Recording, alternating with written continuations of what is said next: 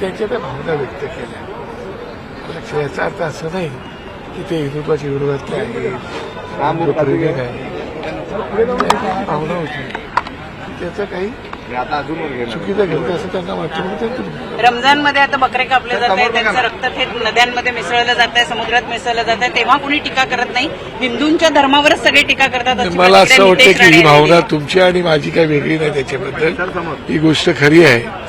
अशा वेळेला आपली भूमिका स्पष्टपणे मांडण्याची आवश्यकता आहे आणि निश्चितपणे ही भूमिका ते मांडू शकतात असं मला वाटतं. काल उद्धव ठाकरेंचं एक वक्तव्य खूप चर्चेत आलंय. जर कोणी जय श्रीराम म्हणत असेल तर तुम्ही जय शिवराय म्हणा असं उद्धव ठाकरे म्हटले. जय श्रीराम हे तर रामराज्य आणून आपण नेहमीच म्हणतो आणि छत्रपती शिवाजी महाराज आमचे आराध्य दैवत आहे. त्याच्यामुळे जय श्रीरामला पर्याय जय शिवराय असं न करता शिवराय आणि जय श्रीराम हे दोन्ही आपल्या ज्यात आपल्या रक्तात भिजलेलं आहे. त्याच्यामुळे काही विषय पण उद्धव ठाकरे असं का म्हणत असतील आता असं माहिती नाही. आता ते त्यांची नेहमी भूमिका वेगळी बदलत असतात तशी त्यांची भूमिका बदलते.